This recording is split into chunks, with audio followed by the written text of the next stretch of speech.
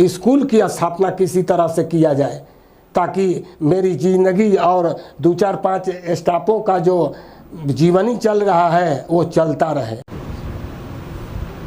मैं 1989 में 3 जून को आकाश किनारी बस्ती में आया। मेरा ध्येय शिक्षा स्तर को बढ़ाना रहता था। मैं ट्यूशन कराता था। ट्यूशन कराते कराते कुछ समाज के लोग ऐसा जागरूक हुए कि मुझे स्कूल खोलने के लिए खुश किए, लेकिन मैं स्कूल खोलने से संकोच करता था कि जो भी ट्यूशन से मैं कमा रहा हूँ हो सकता है न कमा पाऊँ, इसलिए स्कूल खोलना नहीं चाहता था। लेकिन गांव घर की जनता कुछ अगल बगल से ईंट इकट्ठे करके, उसके बाद ऐसा हो गया कि कम आमदनी के चलते 10 रुपया, 15 रुपया, 20 रुपया जनता से ले रहे थे। वैसी अवस्था में अन्य मास्टर रहना बंद कर दिए, तो मैं लाचारी में अपना ही पूरा समय देना शुरू किए। ऐसे करते करते 100-150 बच्चे हो गए। उसके बाद मैंने खुद प्रतिज्ञा किया कि नहीं, मैं स्कूल बना करके रहूँगा। ऐसे करते करते धीरे धीरे मैंने बहुत बड़ा स्कूल का स्थापना कर दिया। उसमें BCCL का बहुत बड़ा योगदान रहा, जिसके कारण सारी सुविधाएं मिलती गई। मैं बनाते गया, बेंच डेस्क अन्य चीज़ सब करते गया। करते करते करीब 15-16 साल चलाया। इसके बाद तब तक आउटसोर्सिंग का आगमन हो गया। आउटसोर्सिंग के कारण मुझे हटाने के लिए BCCL अफसर लोग बाधित करने लगे। तो मैंने कहा कि मुझे इससे कोई इतराज़ नहीं है, आप लोग कहीं व्यवस्था करा दीजिए, मैं आसानी से यहाँ से चले जाऊँगा, मुझे कोई इतराज़ नहीं है। ऐसी अवस्था में मैं यहाँ से उठा और ठीक 15.5 साल के लगभग में बोस कॉलोनी नामक स्थान पर स्थापित हुआ। वहाँ करीब 8.5-9 साल चलाया। वहाँ भी आउटसोर्सिंग के चलते अफसर लोग का कहना हुआ कि मुझे अब स्थान को छोड़िए और दूसरा जगह कहीं चुनिए। मैं बच्चों को बचाने के लिए कैलूडी खटाल में एक रूम में चल रहा था, उसी जगह मैंने निवेदन किया कि मुझे वहीं पर व्यवस्था करा दीजिए। तो BCCL अफसर लोग ईंट सीट खिड़की दरवाज़ा से कुछ व्यवस्था किए, कुछ मैंने अपना धन लगा करके वहाँ बना दिया।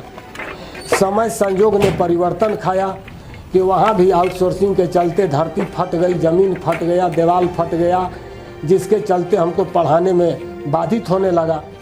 गांव के लोग इतना दहशत में पड़ गए कि वहाँ भेजना बंद कर दिए। लेकिन समाज के प्रति ऐसा भावना आया कि हम लोग का पढ़ाई खराब हो जाएगा बच्चों का, इसलिए सामुदायिक भवन दे दिए जो कि मंदिर के बगल में है। उसी में मैं आज 2.5 महीना से लगभग पढ़ाते आ रहा हूँ।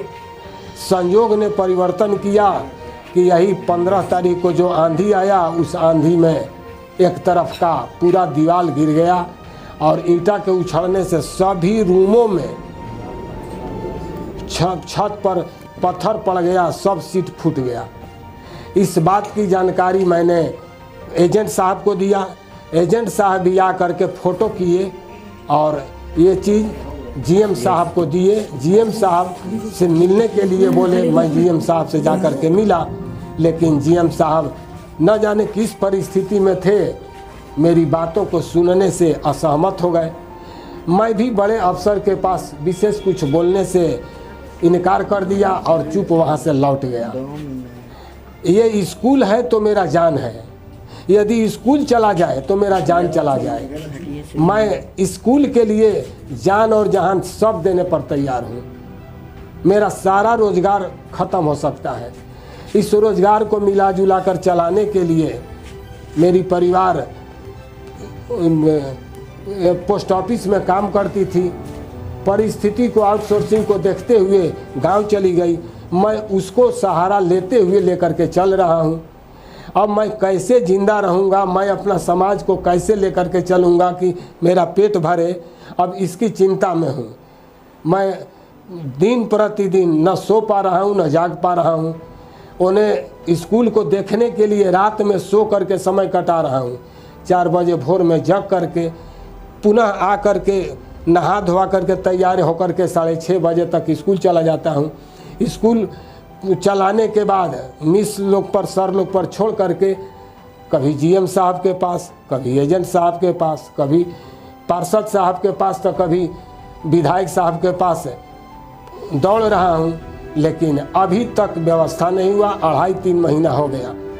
अब लगता है कि ईंट सीट खिड़की दरवाज़ा हो सकता है आसपास के लोगों द्वारा, भैया लोगों, चोरों द्वारा लूट न लिया जाए। इसी स्थिति में मैं तो कुछ भी कहने में असमर्थ हूँ। मैं आज दूसरे को शिक्षा दे करके और भरण पोषण करता था, जीविका चलाता था, लेकिन जनता त्रस्त है कि आपके बिना इन बच्चों का शिक्षा मुश्किल हो जाएगा, हम लोग कहाँ भेजेंगे, क्या करेंगे, लेकिन मैनेजमेंट सुनने में असमर्थ है। मैं प्रार्थना करता हूँ कि अब इसके लिए मैं और विशेष क्या कहूँ, विद्यालय नहीं चलेगा तो मैं जिंदा रहूँगा, नहीं रहूँगा। अब तो मुझे रोने बन रहा है और ना दुख दर्द समझने बन रहा है कि मैं क्या करूं। मुझे अफसर लोगों से निवेदन है कि कृपया स्कूल की स्थापना किसी तरह से किया जाए, ताकि मेरी ज़िंदगी और 2-4-5 स्टाफों का जो जीवनी चल रहा है वो चलता रहे। और मैं विशेष क्या कहूं, मुझे तो कहने में चिंता हो रहा है। ऐसे कहानियों में, कविताओं में सुना गया है कि गुरु गोविंद दोनों खड़े काके लागू पाए, बलिहारी गुरु आपकी गोविंद दियो बचाए। तो इस तरह से मैं कहना चाहूँगा कि किसी तरह से बच्चों की शिक्षा बचा दीजिए। 2-4-5 गो स्टाफ जो खट रहे हैं उनका बेरोजगारी न ख़त्म हो, इसके लिए मैं आप लोगों से निवेदन करता हूँ कि आप लोग किसी तरह से स्कूल का स्थापना करा दीजिए ताकि जीवन में चलता रहे।